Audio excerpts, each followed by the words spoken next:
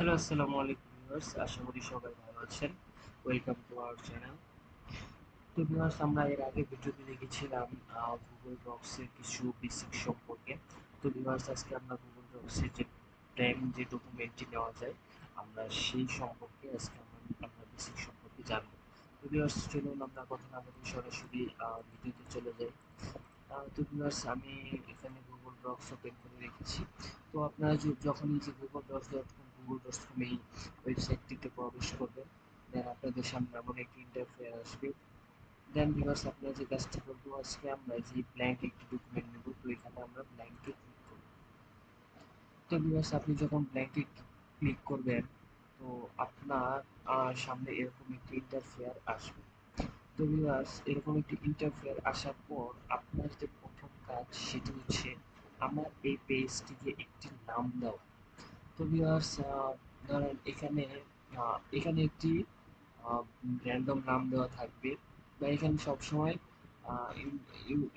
আনটিমেট documents লেখাই থাকবে। তো এখান থেকে আমি আমার নামটি ফার্স্টে চেঞ্জ করে নেব। তো এখানে আমি আজকে আমার পার্সোনাল যেটুকু ইনফরমেশন আছে সেটি লিখব।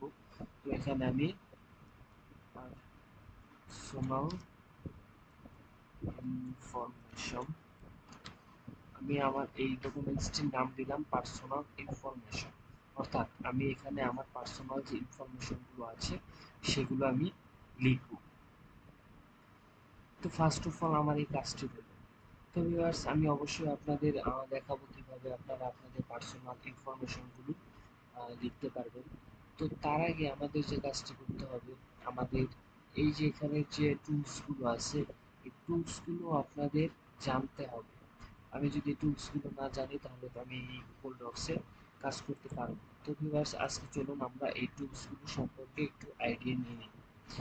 তো এই যে এখানে যে একটি আনডু দেখতে পাচ্ছেন, তো ভিউয়ার্স ধরেন এখানে আমি একটা লেখা লিখেছি। তো লেখাটি এখানে যদি আমি আনডু করি, তো ভিউয়ার্স দেখতে পাচ্ছেন একটু আগে যে লেখাটি লিখেছি এই লেখাটি চলে যাবে। তো এই লেখাটি আনডু করলে আনডু চলে যাবে। আর একটু আগে যে আমি লেখাটা লিখেছি সেটিকে আবার যদি আমি রিডু করতে চাই, তাহলে এখানে ক্লিক করব, অথবা কন্ট্রোল+ওয়াই, কন্ট্রোল ওয়াই ক্লিক করলে আবার রিডু হয়ে যাবে। আর আপনি যদি শর্টকি ইউজ করতে চান, আনডুর জন্য কন্ট্রোল Z ইউজ করবেন, আর রিডুর জন্য কন্ট্রোল ওয়াই ইউজ করবেন। এগুলো দুটো। দেন ভিউয়ার্স, এখানে প্রিন্ট আছে, আপনারা চাইলে এখান থেকে প্রিন্টের যে অপশন আছে, আপনারা এই লেখাটি কিভাবে প্রিন্ট করবেন, আপনাদের সেভ এস পিডিএফ অথবা মাইক্রোসফট প্রিন্ট পিডিএফ করে আপনারা দেন এখান থেকে মোর সেটিং এ গিয়ে লেটারগুলো সিলেক্ট করতে পারেন, দেন পেপার শিটগুলো ইউজ করতে পারেন। দেন মার্জিন এখান থেকে আপনি চাইলে দিতেও পারেন, নাও দিতে পারেন, কাস্টম দিয়ে নিতে পারেন। দেওয়ার পর এখান থেকে জাস্ট আপনি সিম্পল ভাবে প্রিন্টে ক্লিক করবেন। দেন আপনার যদি প্রিন্টার মেশিন আপনার পিসি বা ল্যাপটপের সাথে অ্যাড করা থাকে, তাহলে কানেকশন থাকে, তাহলে সেই ল্যাপটপে এই যে লেখাটি অবশ্যই প্রিন্ট হয়ে যাবে।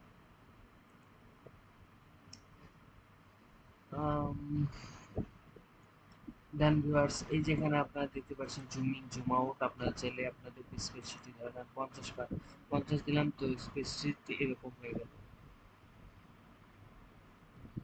50 দেওয়ার পর এরকম হয়ে গেছে। আপনি সর্বনিম্ন 50 করতে করতে পারেন এবং সর্বোচ্চ 200। আমি যদি 200 দিই, তাহলে দেখতে পাচ্ছেন আমার স্প্রেডশিটটি আরো অনেক বড় হয়ে গেছে।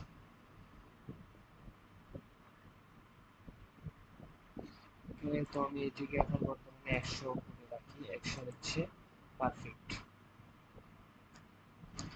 দেন ভিউয়ার্স, এই যে এখানে আপনারা দেখতে পাচ্ছেন প্লাস চিহ্ন, তার আগে আপনারা এখান থেকে ফন্টটা সিলেক্ট করে নিতে পারেন। আপনাদের কি কি ফন্ট ইউজ করবেন আপনারা সেই ফন্টটি দেখে নিতে পারেন। আপনারা চাইলে যে কোনো ফন্ট ইউজ করতে পারেন। তো আমি এটা যদি নিয়ে, এখন দেখতে পাচ্ছেন যে আমার লেখাগুলো অন্য ফন্টে হয়ে গেছে। দেন আমি এটি অন্য আরেকটি ফন্ট নিব,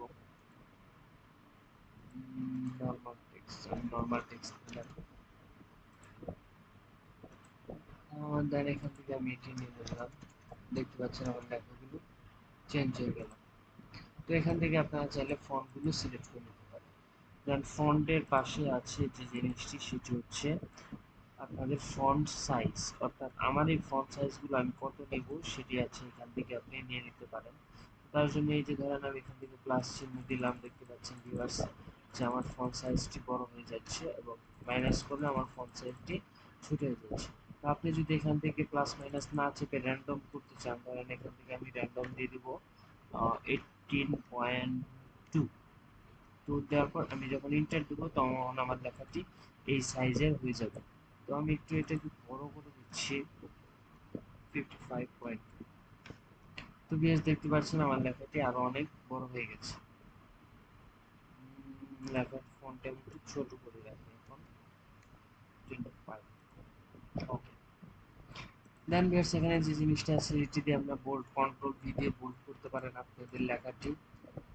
কন্ট্রোল ভি দিয়ে আপনারা আনবোল্ড করবেন, দেন ইটালিক করবেন, দেন এটিতে আন্ডারলাইন দেখতে পাচ্ছেন এই যে আমার লেখা ফন্টগুলোতে আন্ডারলাইন হয়ে গেছে।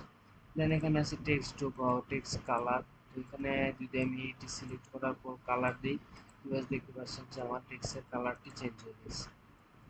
তো এখান থেকে চাইলে আপনারা লিঙ্ক অ্যাড করতে পারেন, এই যেটা দিয়ে আপনারা ছবি অ্যাড করতে পারেন, অ্যালাইন গুলো ইউজ করতে পারেন, এটি মিডল লাইন, এটা লেফট রাইট লাইন এবং এটা লেফট লাইন। তো এই যে লেফটে দেওয়ার পর লেফটে চলে যাবে, এটা দিলে মিডলে চলে আসবে, এন্ড এটা দিলে লেফটে চলে যাবে। তো ভিউয়ার্স এই ছিল আজকের টুল পর্ব। তো ভিউয়ার্স আশা করি আমার ভিডিওটি আপনাদের ভালো লেগেছে, আপনারা গুগল ডক সম্পর্কে একদম বেসিক ইনফরমেশন শিখে পেয়েছেন। আমি আমার পরবর্তী ভিডিওতে অবশ্যই আপনাদের আরো ডিটেলস জানাবো।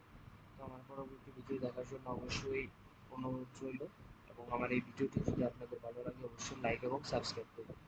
ধন্যবাদ সবাইকে। আসসালামু আলাইকুম।